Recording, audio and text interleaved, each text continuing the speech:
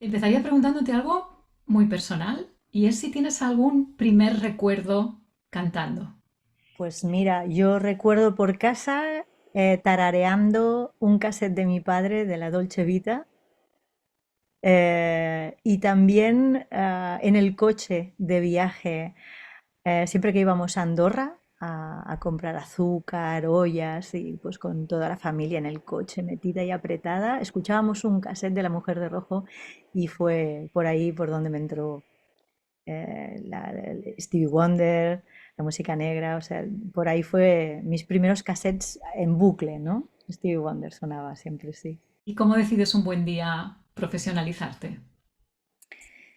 Pues mira, creo que fue más una invitación de compañeros de la primera escuela que tuve, ¿no? Se va a hacer una prueba para una orquesta de baile.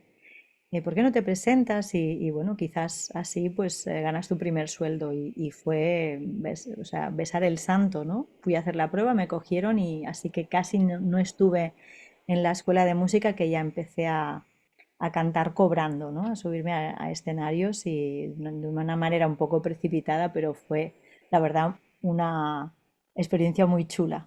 Sí, tuve unos compañeros muy guays en Así la que estuviste universidad. casi aprendiendo a medida que ibas pisando escenarios. Sí, sí, sí. La verdad es que sí. Yo, o sea, por una parte iba teniendo pues mis profes de canto, pero jo, es que era casi probar bastante en el escenario y estudiar mucho en casa y ver a ver qué, imitando sonidos, a ver qué podía hacer, ¿no? O sea, que había bastante de autogestión en eso. Sí, sí.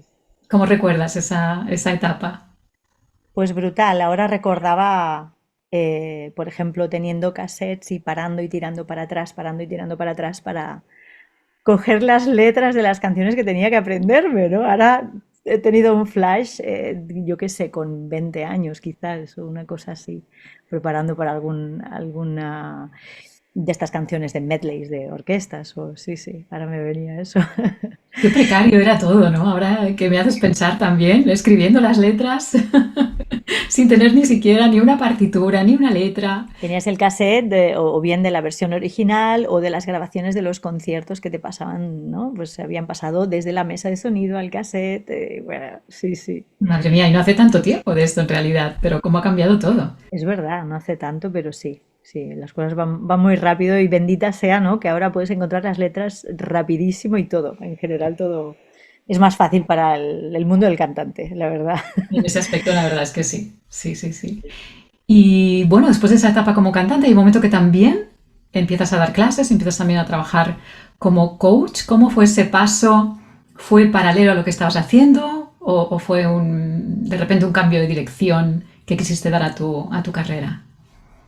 Pues fue paralelo, la verdad es que me gustaba, yo siempre he pensado que me ha traído mucho la manera de, o sea, observar y aprender a mi profe de canto, al que tuviera, pero a la par observar y atender a su pedagogía. Eso me fascinaba, ¿no? De cómo si dirigía a grupos ese profesor que yo tuviera, pues cómo lo hacía para explicar, ¿no? Era como un aprendizaje en paralelo también y empezó a despertarse en mí pues unas ganas de enseñar o acompañar yo, ¿no? Y al principio fue pues una tirada al vacío porque realmente no sabía prácticamente nada, pero había como un impulso interno que me llamaba a acompañar a otros, ¿no? Porque era tal mi ilusión y que cantaba todo el día que yo pensaba, bueno, esto tiene que saberlo más gente, ¿no? O sea, o no sé, sí, sí. Veía que mi profesora, a la par era mi compañera de orquesta, ¿no? Pues ella también daba clases y eso también me molaba, ¿no? O sea, vale, o sea, puedo hacer varias cosas a la vez, ¿no? Empecé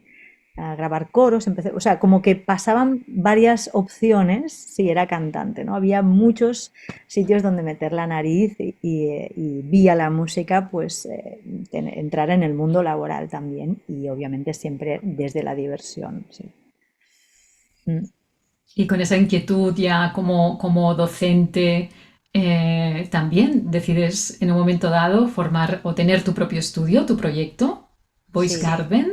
Voice Garden, que antes fue también, o sea, ahora estoy como asociada con Jordi, antes fue con Alex, antes sola, ¿no? Y antes era básicamente pues en estudios o en salas donde yo alquilaba y antes de eso en casa, ¿no? O sea que en realidad pues era el estudio de donde estuviera pero ya empecé en casa de mis padres, o sea, como a los 23, 24, no, 24 años. Yo me fui como a los 25 de casa de mis padres, pues como a los 24 o así, o no recuerdo bien, empecé a dar clases en casa de mis padres. Sí, sí, les decía, no entréis en un par o tres de horas y ahí, bueno, ahí empecé, sí, sí, muy Qué temprano. bueno. Y tener tu estudio, tener tu proyecto, era por una necesidad propia. Quiero decir, necesitabas un espacio donde poder hacer tu proyecto propio. Sí, sí, empezó siendo por un tema literalmente físico, de dimensiones, ¿no? Yo quería, em, aparte de no molestar a mis compañeros de piso o a quien fue mi pareja, que estuve pues muchos años dando clases ahí, él también daba clases ahí, había un poco de rollo con eso, ¿no? Y al empezar a dar grupos, ¿no? Querer dar clases grupales y el tema de las dimensiones para mí era muy importante. Y entonces yo creo que fue hasta que no tuve el estudio propio en Gracia, el primero no fue hasta el 2000, ¿qué diré? 17, o sea, fue antes de pandemia, como un par de años antes de pandemia que tuve que cerrar.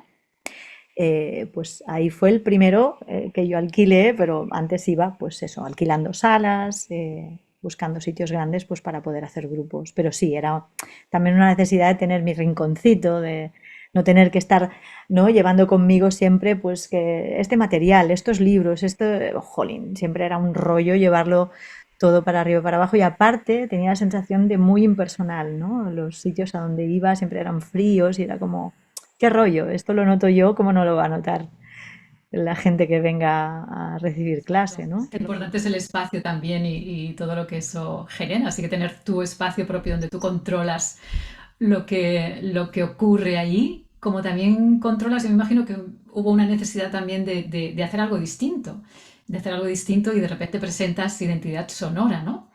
Que también es parte de Bueno, la formación de los coaches neurovoz. Está muy resumido en forma de un workshop muy compacto, pero muy interesante y muy completo de 2 horas, pero es un trabajo que tiene una duración durante el año y con el que estás también trabajando con distintos perfiles, ¿no? Hablamos un poco de identidad sonora, me apetece un montón.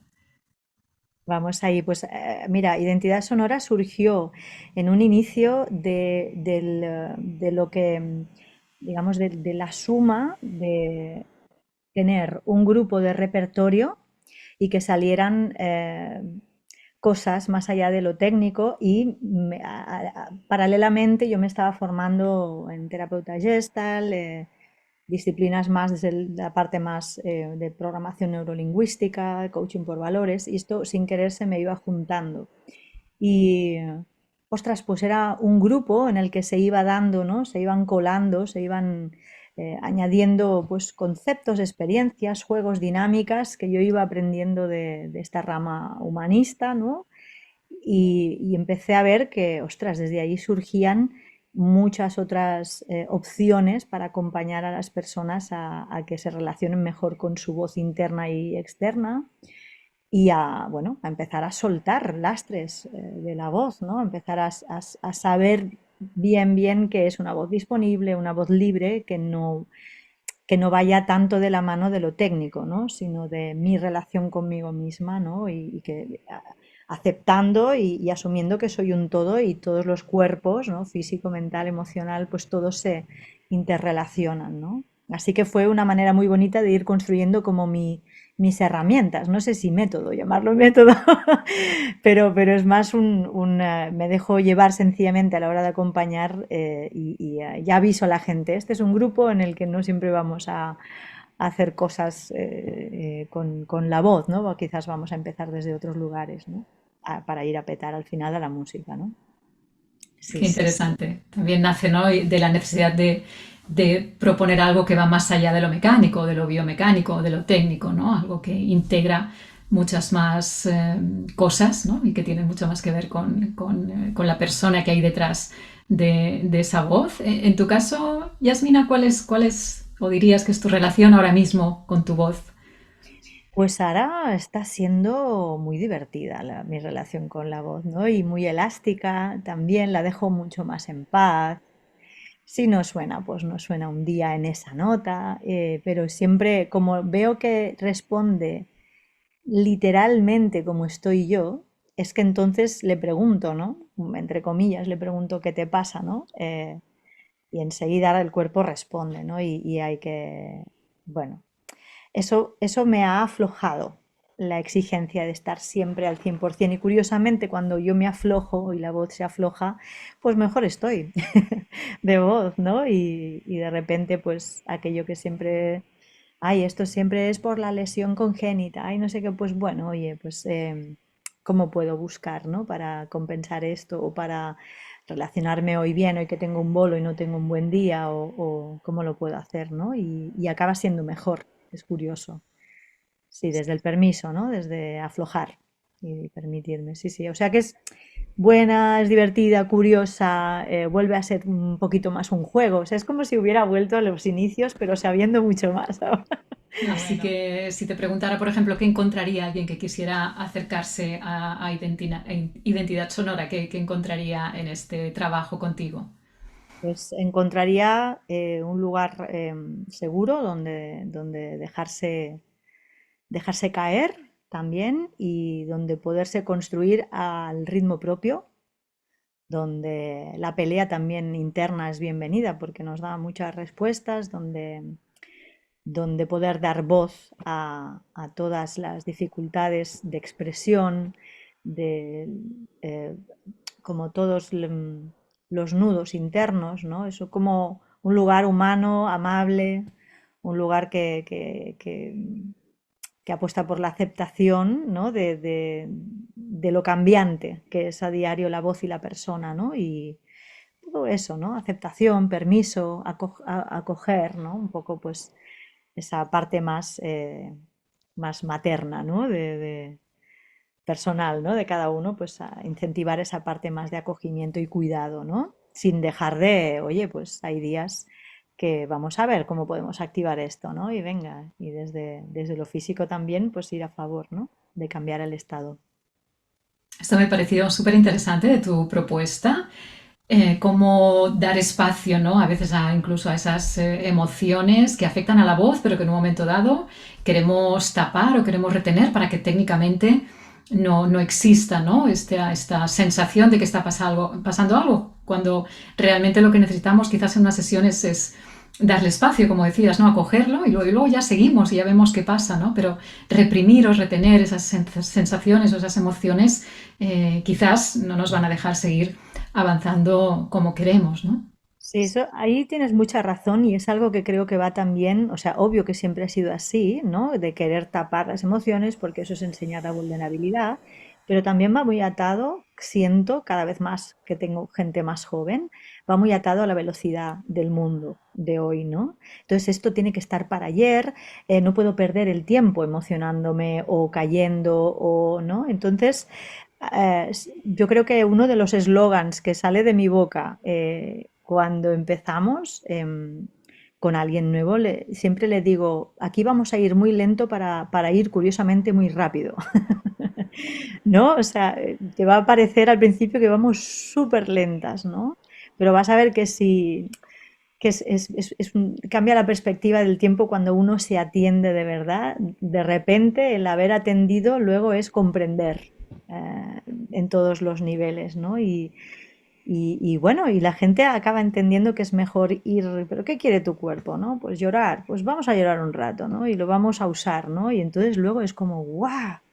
Gracias, porque desde aquí pues puedo asumir el día, el ensayo, lo que sea. Igual nos hemos dedicado esos 50 minutos a ir a favor de lo que quiere el cuerpo, ¿no? A ir a favor del descanso o del chillar o de darle a un cojín o de lo que quiera, ¿no? En realidad empezamos a hablar y salen ahí unas necesidades, pues claro, Y me imagino que también cosas muy interesantes a nivel sonoro también, ¿no? joder, sí, hay gente que de ahí de repente, ¿no? Sale volumen, ¿no? Sale un grito o algo como muy libre por precisamente pues eso, ¿no? De que no me lo permito y ¡guau! Empieza a salir o la delicadeza o sí, sí, o o la honestidad, ¿no? Que eso también lo trabajamos mucho en el estudio con el tema de lo honesto, ¿no? Y lo coherente y lo alineado. Y desde ahí no hay mentira y no se puede decir nada cuando es honesto, a mí me parece, ¿no? Ya puede estar desafinado, pero si es honesto. Qué bonito. Sí, sí, sí, sí. Y cambiando un poquito de tema, porque tengo muchas ganas que me cuentes también sobre tu experiencia Uh, trabajando muy de cerca, porque además, y de diferentes formas, luego nos cuentas si quieres, con Rigoberta Bandini. eso es, ¿Cómo ha sí. sido la experiencia? ¿Habéis terminado ya la gira? Sí, en principio tal cual es. Parece que no termina porque hay coletazos. Ahora justo hemos terminado en Girona, terminamos hace un par de semanas creo y ahora nos vamos a México una semana entera en primera semana de diciembre, ¿no? Entonces ya el año que viene ya será otra movida, pero sí, ostras, ha sido para mí una experiencia súper chula porque en este caso pues trabajar a estos niveles, con estas logísticas, con tanta gente, con un show teatralizado, con unas compañeras que son familia, bueno, ella es espléndida, es un amor, es un amorazo, da gusto así, la verdad que tengo mucha suerte porque es un equipo humano brutal y también a la par haciendo de esto, ¿no? De corista, bailando mucho, que hay gente que me dice, tú eres la bailarina, y digo, coño, yo empecé siendo corista, no bailarina, pero bueno, cada vez lo recojo más esto pues haciendo el entreno, ¿no? El entreno vocal a Paula antes de cada bolo y ya esto empezó a ocurrir en el disco, ¿no? Preparando el disco con ella para que ella grabara, pues ahí empezó todo un poquito, empecé a grabar también los coros y bueno, cada vez la cosa se hizo más divertida. Dije, wow, ahora de aquí hay bolos, ahora de aquí ya hay también entreno en la gira. Bueno, muy guay, muy guay. Qué Sí, sí. maravilla, cómo no, aprovecharte del todo, ¿no? Ya que estabas allí. Sí, sí. Hombre, es muy cómodo. Ella, habíamos dicho, ostras, pues la verdad es que es cómodo, ¿no? Tener este formato, ¿no? Que la persona que te haga pues la preparación previa al bolo, pues que también sea tu corista, ¿no? Y es muy guay porque estamos haciendo la prueba de sonido y ya le voy echando un ojo para luego poder asistirla mejor, ¿no? Con más cariño y calidad, ¿no? De, a ver, ¿cómo te has visto en la prueba? Yo te he visto así, te he visto así, ¿qué me cuentas, no? Sí, sí, Bueno, sí. sabemos que Paula Rigoberta Bandini es muy inteligente haciendo lo que ha hecho también, llevándose a la coach como Es muy corista, brutal. bailarina. Qué maravilla. ¿Hay alguna anécdota, Yasmina, que se te ocurra ahora ¿No? mismo? Recuerdo cuando fuimos a Canarias y a Tenerife, estuvimos en cartel en el mismo festival con Manuel Carrasco, que iba después de nosotras.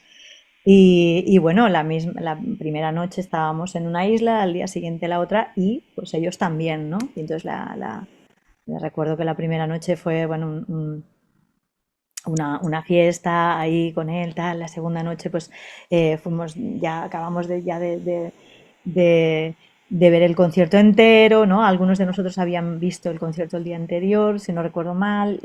Luego todas acabamos viendo. ¿Cómo fue todo eso? A ver, es que nos habíamos asustado un poco porque la chica Alba, la chica de caracterización, se había dislocado la rodilla en medio del bolo. Eso Mm, sí que es la gran anécdota, un poco heavy, lo pasamos mal ahí. Y fue en uno, si no recuerdo mal, en uno de estos dos conciertos, creo que en el segundo. Y, ostras, había como mucho sufrimiento en el bolo porque no sabíamos qué le pasaba, teníamos que seguir haciendo el bolo y ella se había, literalmente, yo lo había visto, se le había ido la rodilla de lado. Pobre, no paraba de chillar de dolor y había que seguir el bolo. Claro, ella ayudaba a Paula a vestirla, a poner ciertas pelucas. Bueno, tuvimos que suplir entre todas un poco todo ese curro suyo, ¿no? Y claro, a la noche cuando supimos que estaba bien ya Alba, que ya, bueno, que estaba con las vendas, ¿no? Con toda la pierna un poco más enderezada, pues bueno, ya fuimos a ver a Manuel Carrasco, y nos lo pasamos francamente muy bien. Luego hubo un momento de posbolo que se juntó su banda con la nuestra, bueno, hasta la madrugada. Y de ahí surgió pues como mucha química entre los dos equipos y tanto fue así que eh, en este, no sé cómo fue, a ver, es que estoy haciéndolo un poco desordenado, ¿eh? En el primer bolo, Esteban, el marido de Paula, tocó un tema de Manuel Carrasco y en el segundo, Manuel Carrasco con la guitarra se lió a hacer el Ay Mamá de Rigoberta. Oh, qué Entonces hubo bonito. como un match ahí de mucho amor entre las dos bandas. Y luego cuando él hace poquito se vino al Palau Sant Jordi, pues Rigo subió a cantar con él, ¿no? O sea, ha habido como una historia de amor de bandas, ¿no? Totalmente con esto y bueno, en medio pues ese percal que pasó con la pobre Alba de caracterización que tiene muy mal recuerdo de ese día, Me pero comentabas cuando nos vimos este verano también de lo diferente que era, ¿no? De repente estar trabajando con Rigoberta en el sentido de encontrarte en macro conciertos con tantísima gente, con coreografías, con vestuarios, con podiums, ¿no? Cómo tuviste que adaptarte y ser lo más neuroplástica posible para poder afrontar todo eso. Tú que estabas más acostumbrada, pues, a un escenario con músicos y a otro tipo de trabajo, ¿no? ¿Cómo fue? Al final, me imagino acabar disfrutando de todo eso. así es y fue chulo, pero mira, ahora que mencionas esto, yo recuerdo que estuvimos hablando del tema de el miedo a las alturas, ¿no? Porque ya de hecho en los ensayos pedí, o sea, hay como 6 podiums, ¿no? Dos de cada altura y el más alto, pues es para mí bastante alto. Yo no sabía, hasta que no me encontré ya encima, no sabía que yo estaba con tanto vértigo, la verdad. Entonces, en un día del ensayo tuve un mareo, que hacía mucho calor, pero tuve un mareo entre que ya nos ponían un poco las chaquetas, unas chaquetas de charol que llevamos que son súper, bueno, abrigan mucho y te hacen sudar así. Y lo que sucedió fue que, bueno, pedí un cambio, ¿no? Para que me bajaran abajo, pero incluso así me quedé como con un miedo en el cuerpo. Y sí que había un número que estoy en el podio más alto. Entonces, bueno, pues empecé a probarme, ¿no? De repente, pues a hacer cosas con los dedos de los pies, a aflojar las rodillas, ¿no? A intentar exhalar en los momentos que podía, exhalar más largo, ¿no? De repente también mirar a un punto fijo y más borroso, porque a la que miraba más al suelo, ahí estaba, ¿no? Así que me iba probando, pero desde luego fue algo de lo que me observé que en mí era abrir los pies, ¿no? Porque, claro, llevas tacones y eso es como, bueno, pues venga, ¿no? Genial todo para el sistema nervioso, ¿no? Que es altura, las luces cegadoras, los tacones, ¿no? O sea, que los podiums a veces, depende de qué suelo de escenario hubiera, se balanceaban, ¿no? Y eso quiere decir que estás inestable. Pues imagínate toda esa carga de información para el cerebro y el sistema nervioso que está como, Y luego canta con todo y luego eso. canta, exacto, ¿no? Pero fui encontrando las maneras. Bueno, había días que si yo estaba más dormida, más fuera de mi eje, notaba que esos días tenía peor el vértigo, ¿no? O sea, y veía, bueno, pues como lo que te decía antes, hablaba un poco de cómo yo estaba esos días, ¿no? A veces si hacía ejercicios de fuerza o de piernas o con pelota debajo de los pies o picando antes de empezar, como segurizar el tronco inferior, ¿no? Entonces esto me ayudaba, ¿no? O flexionar un poco las rodillas. O de repente había días que solo con agarrar un poco el pie de micro es que dejaba de tambalear sencillamente el podio y es porque yo estaba como más tranquila, ¿no? Y iba encontrando lo bueno de poder probar en varios conciertos, ¿no? Sí, sí. Lo curioso fue ya que en los dos últimos, en el último, perdón, que sí que había podiums, ya no me pasó. Y dije, fíjate qué viaje, ¿no? Con esto de las alturas, ¿no? Eso te iba a decir, que fantástica adaptación, Sí. porque me imagino que fácil no fue, ¿no? Uno ve desde fuera también toda la magia y el glamour que hay en el escenario, pero claro, luego pasan estas cosas que para poder estar ahí uno ha tenido que adaptarse a todo lo que ocurre a su alrededor, ¿no? A cómo está en ese momento y luego encima ahí usando la voz y cantando. Cierto, y es verdad que había ciertos conciertos donde los DBs eran, por ejemplo, fuimos a la Mercè en Barcelona, a la fiesta mayor, ¿no?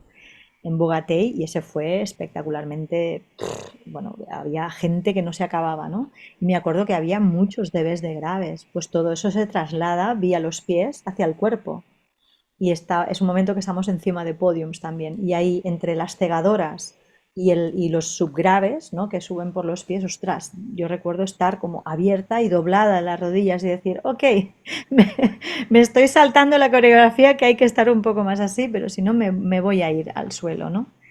Sí, sí, así que, bueno, en plan, hay veces que es o tú o la coreografía y dices, pues yo. Claro, claro, en este caso no, no hay que ponerse en riesgo y es absolutamente entendible por parte de todos, ¿no? Del público y de los compañeros o las compañeras que una tenga que en algún momento dado pues prescindir de lo que está pactado. Pero cuántas cosas, ¿no? Que uno no tiene en cuenta a veces cuando ve un espectáculo que puedan estar pasando detrás, cómo uno tiene que adaptarse cada día. Tú cantas la misma canción Sí. absolutamente de diferentes formas porque el espacio es distinto, tú estás diferente, el feedback que tienes de aquel lugar es diferente también, entonces ahí hay que adaptarse muy rápidamente. Sí, bueno, y algo un poco bastante más heavy es que yo durante esta gira de verano que yo estaba pues descubriendo, ¿no? Todo este mundo un poco más como grande a nivel de infraestructura y potente, ¿no? A nivel de escenarios, pues falleció mi madre, ¿no? Y saco este tema por el tema que comentábamos antes, ¿no? Que cómo va a estar la voz, cómo vas a estar de sistema nervioso cuando está pasando todo eso también, ¿no? Todo ese movimiento emocional, ¿no? Yo recuerdo estar cantando a posteriori, ¿no? Y ostras, emocionándome también, o de repente, bueno, no poder estar tan presente, se me iba la...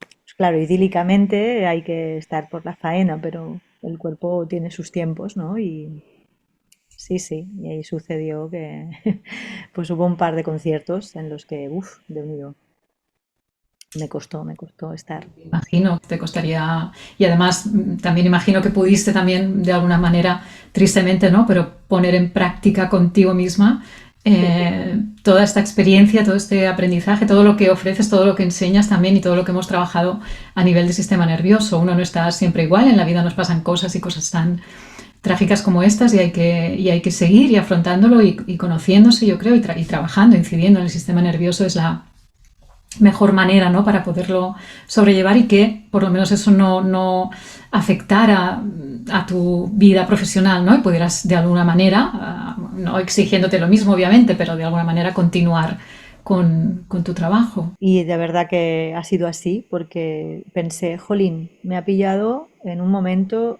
con muchas herramientas. Obviamente el dolor no me lo va a sacar nadie, ¿no? Pero de- eh, eh, me hubiese pasado muchos años atrás y quizás hubiera habido mucha más contención y muy poco drenaje, ¿no? De lo que me estaba pasando, ¿no? Y pues ahí iba aceptando, ¿no? Que de repente pues me pillaba por llorar y lo sacaba, o bueno, me pillaba realmente con herramientas y pensé, qué bien que pueda vivirlo de una manera sana, ¿no? A pesar de el dolor que significa perder a una madre, ¿no? Pero sí, sí, sí, muy, muy contenta con el camino hecho y realmente ahora es el momento de la verdad, ¿no? ¿Para cuándo son estas herramientas si no, no?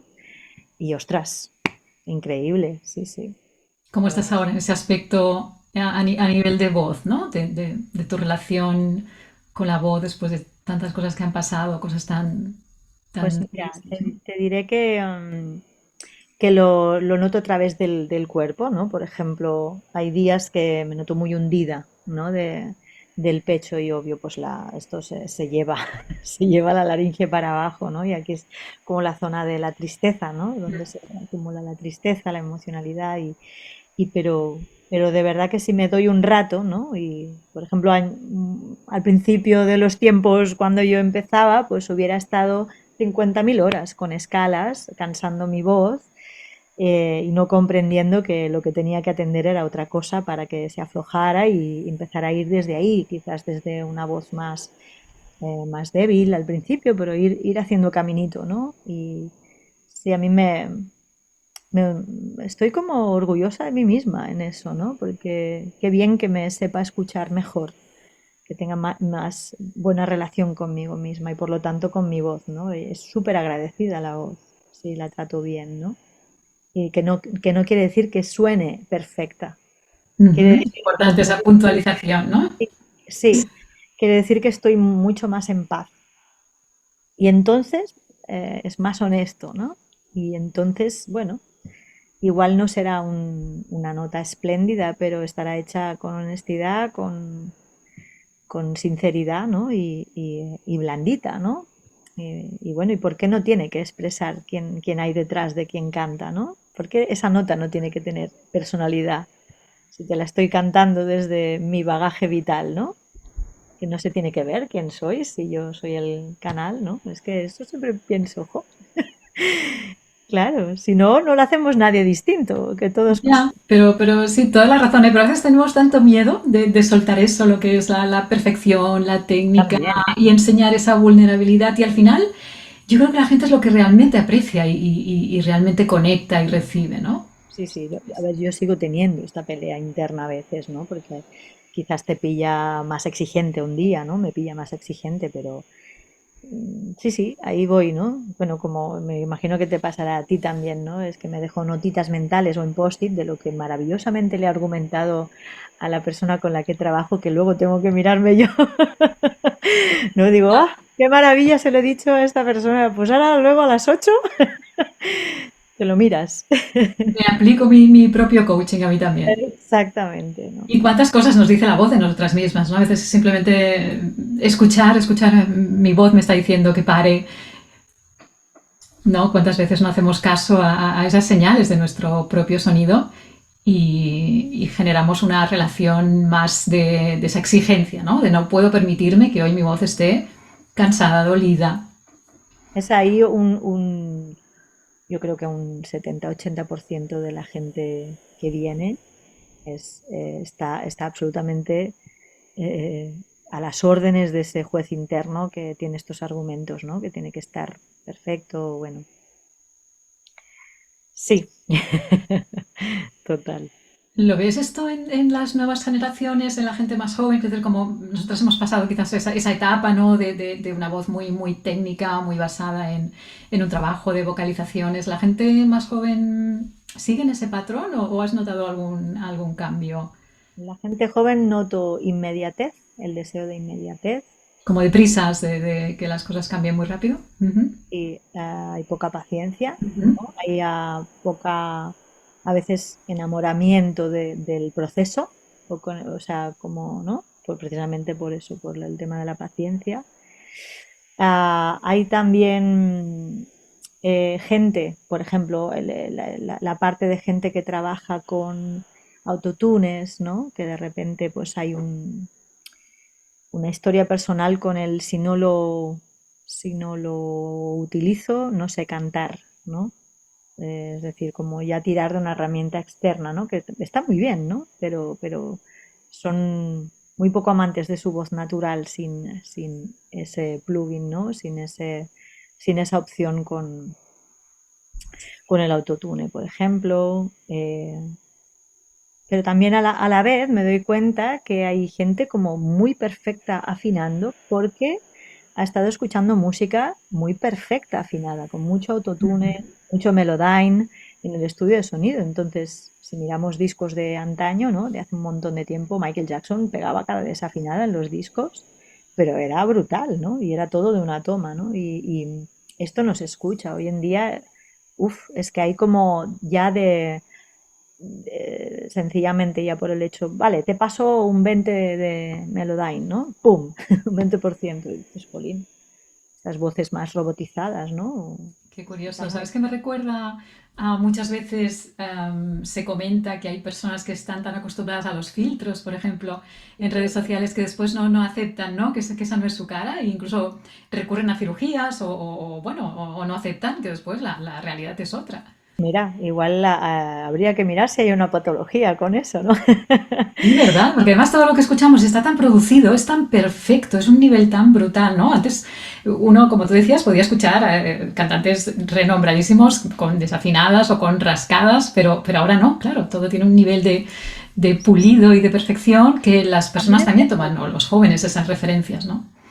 también es un efecto, ¿eh? Que ahora parece que sea como estemos aquí diciendo que esto no mola y hay mucha gente que trabaja como como con un efecto, que no buscan afinar bien, sino como el efecto, ¿no? Que ando Ujú. trabajando con un par de chicas potentes que están en el candelero, ahí en las listas top, y que ellas lo usan como parte de su manera de componer. Y es súper comprensible, es otra época, otra movida, otras maneras de expresarse, ¿no? Y hay mucha producción en la que uno no sale de su ordenador y ¡boom! Tienes el tema final de ahí, ¿no? Hay poca, bueno, una gran rama de gente que compone así, entonces también es una manera de expresión, claro que sí, ¿no? Pero yo soy más clasiquilla, ¿no? Más vintage. Sí, sí, sí. Yo también. Ese factor humano, ¿no?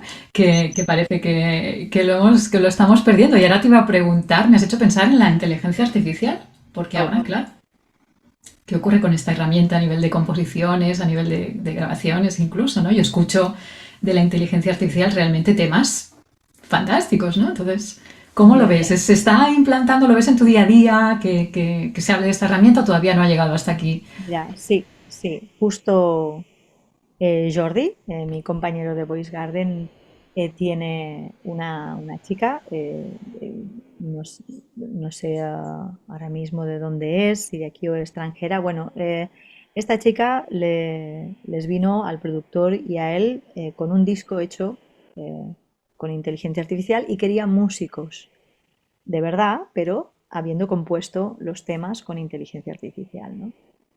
Y era como, bueno, al menos ella, ¿no? Pero sí, sí, hay esto. Por ejemplo, para nosotras, si llevamos, por ejemplo, algún coro, hay aplicaciones que puedes grabar tú la voz y te la cambian por otra persona, literal, ¿no? O sea, cogen la voz y la masculinizan o, bueno, para que parezca que es un coro o para, ok, yo quiero cantar esto, pero tiene que ser voz de bajo, entonces yo no llego, ¿no? Pues lo grabo primero, en octava de arriba, lo puedo poner en voz de hombre, brutal.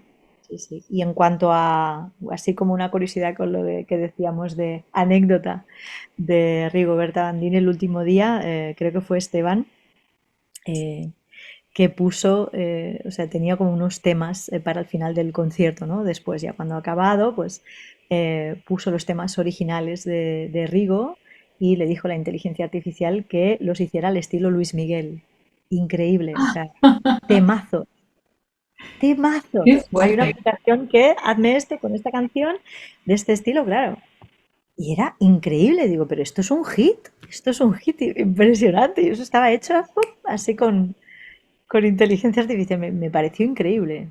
Increíble, Es vamos. increíble y sí, sí, ha llegado para quedarse, ¿no? En algunos momentos sí que es algo facilitador, pero también en otros es como, bueno, ¿hasta dónde llegará, ¿no? ¿Hasta dónde nos llegará a engañar incluso también, ¿no? Pensando que hay seres humanos detrás y al final todo estará generando de forma artificial. A mí de momento me ayuda a hacer la lista de la compra organizada, que es una maravilla. Tiene sus cosas buenas también, ¿eh? Esa nueva. Algo tiene, algo tiene. Yasmina, ¿hacia dónde crees? Te voy a hacer una pregunta ahora, cambiando un poquito de tema. ¿Hacia dónde crees que va el coaching vocal? En qué dirección? ¿Cómo ves el futuro? Pues sin duda creo que va, no tiene escapatoria, o sea, va hacia donde vamos tú y yo creo. Al acompañamiento, tiene mucho de terapéutico lo que hacemos, que no terapia, ¿no? Pero tiene mucho de terapéutico, tiene mucho de cuidarnos en todos los espectros, cuidar de nosotros como personas que nos expresamos, comunicamos, relacionamos con otra gente, ¿no? Y nosotras lo hacemos, vale, sí, a través de la música, ¿no? Pero tiene mucho de aportar a la comunicación, la expresión libre de la persona, ¿no? A, sí, sí, realmente incluso al tema de tomar decisiones, de poner límites, o sea, tiene mucho de ese trabajo, ¿no? De acompañar, del cuidar, de, de como potenciar al alumno a que sea consciente, ¿no? De todo eso que tiene que recoger de sí mismo. Sí, es que tiene mucho más que la voz, ¿no? Y creo que la parte más humana en el coach vocal está apareciendo en estos últimos tiempos con el tema del sistema nervioso, el tema de lo somático. Yo siento que ya lo hacían profes conmigo un poco, desde donde intuían, yo lo hago con la gente también, tú también, van a venir más maneras, ¿no? En las que cada vez se tiene más en cuenta esto y no se puede separar ya, ¿no? Se va a decir ya, Opino bueno, es que absolutamente igual que tú y además lo que tú decías, ¿no? Es como algo ya imparable, sí, algo que no se puede separar, ¿no? La voz de la expresión de la persona, de las emociones, de las creencias, del bienestar personal al final, ¿no? Es algo sí, imposible de separar y además ¿por qué no? Tiene que formar parte de las sesiones, ¿no? ¿Por qué no formar parte también de este acompañamiento más respetuoso, ¿no? Este acompañamiento, como tú dices, me encanta, ¿no? No es un coaching donde yo te digo lo que tienes que hacer y tú acatas mis órdenes, sino que es un trabajo, es un diálogo, ¿no? Es un diálogo entre dos personas, entre un grupo donde todo el mundo aporta cosas, donde yo respeto también tus tiempos, tus opiniones, que llegues a tus propias conclusiones y que a partir de ahí, ¿no? Esos cambios, esa neuroplasticidad que siempre buscamos para que realmente ocurran cosas muy nuevas y muy distintas, pues generar ahí la manera de que esto ocurra. sí, sí, sí, sí. Obviamente nos estamos dejando la parte musical y la parte, obvio, ¿eh? Siempre fue eso, un profesor de canto, ¿no? Que te ayuda con el tema del estilo, con el tema de las decisiones artísticas, ¿no? Pero sí, sí, es que yo siento que va por ahí. Quizás esto es lo que, el bagaje vital de las que llevamos mucho tiempo ya siendo profesoras de canto, luego entrenadoras o coach vocales, luego ya quizás podemos empezar a insinuarnos como mentoras, no sé, por el bagaje vital al final, ¿no? Porque yo me he tropezado más veces sin más, ¿no? Y porque a mí me ha servido esto, pues mira, a ver si a ti te sirve o desde mi punto de vista, ¿no? O sea, yo siento que el bagaje personal tiene que ponerse al servicio, que eso también vale, ¿no? Y eso tiene edad, ¿no? Eso no lo pueden aprender, ¿no? Ahora pensaba, ¿no? En gente que llevo que recién quiere saber todo porque están en un momento de absorber mucho conocimiento y muy de todo, pero hay algo que pasa por vivirlo, ¿no? Ostras, yo no sabría contar qué es un duelo hasta que no, hasta que no me ha dado en la cara, ¿no? De tan de cerca y eso te pone en una situación de saber, con ese mayúscula, ¿no? La teoría está muy bien, que nos cuenten cosas también, pero si yo no lo vivo en primera persona, si no está en mi experiencia, el aprendizaje tal cual lo entendemos, no se da, así que es fundamental, ¿no? Y en este recorrido que nos has hecho en esta entrevista, en esta charla, ha sido fantástico ir en paralelo también por tus vivencias. Gracias por compartir momentos tan personales, tan íntimos, tan bonitos, que seguro que han servido a muchísimas personas que nos escuchen. Y para terminar, Yasmina, me gustaría preguntarte o pedirte un consejo. ¿Qué consejo le darías a alguien que digamos que está muy clavado en cuestiones técnicas o está muy condicionado por cuestiones técnicas y que de repente quisiera llegar a algo más auténtico, ¿no? Algo más personal? ¿Cómo podría empezar a deshacerse de esos nudos que la técnica quizás le ha generado y no le dejan fluir de la manera que quiere? Pues yo ahí empezaría por algo que empiezo muchas veces, ¿no? Cuando alguien está o muy mental o muy obcecado en la forma, ¿no? Que es, te voy a hacer un diario vocal en estas próximas semanas en el que pongas una lista del para qué cantas ahora, a día de hoy. ¿Para qué cantabas cuando empezaste y para qué cantas ahora? ¿No? Y ahí se caen los ladrillos, ¿eh? Porque de repente ya no puedo contestar para hacer un agudo bien hecho, ¿no? Es otra cosa, otra pregunta, ¿no? ¿O qué es para ti, qué te permite cantar, qué te permite hacer, qué te permite sentir, y ahí ya empiezan a pasar otras cosas, ¿no? Pues es como preguntar en otro lado, en otras cabinas, ¿no? Sí, o la concepción, esta es una pregunta muy de coaching, ¿no? Pero es que es para ti el éxito, ¿no? Ujú. En lo personal y en lo laboral, ¿no? Realmente una nota aguda bien hecha te llena, qué es lo que hay detrás, ¿no? o también podría ser preguntarnos qué pasaría si fallo la nota, de qué tengo miedo si no puedo lograr este objetivo, si en el escenario hago un gallo, ¿no? ¿Qué significa para mí hacer un gallo? Y ahí, puf, podíamos estirar del hilo, ¿no? Y ver qué significa para la persona fallar. Quizás estuvo pasando su infancia en un entorno muy exigente o donde decir una palabra fuera de lo que se esperaba era penalizado, ¿no? De diferentes formas, ¿no? Es que ahí se puede tirar mucho del hilo, pero empezar por el para qué canto ahora. Normalmente cuando hay un silencio, digo, ay, ya le hemos dado. ¿Que para qué canto? Pues porque no, no, ¿por qué no? ¿Para qué? ¿Para qué? Qué buen cierre, ¿no? Yo creo para esta charla. Qué honor que estés también formando parte de la formación Neurobot, que seas parte del equipo. Y bueno, emplazarte a que nos veamos muy pronto en Barcelona con un Eso, café, con un té, una cervecita por medio. eso siempre. Súper placer, ya sabes, formar parte de tu equipo. Me encanta y me aprecio mucho que valores mi manera de trabajar y me incluyas en la formación. Eso es brutal para mí, eso es también Cómo no, si Rigoberta Bandini lo hace, yo también. Así que, estupendo. Yasmina, hasta muy pronto. Gracias. Gracias a ti. Chao. Hasta luego.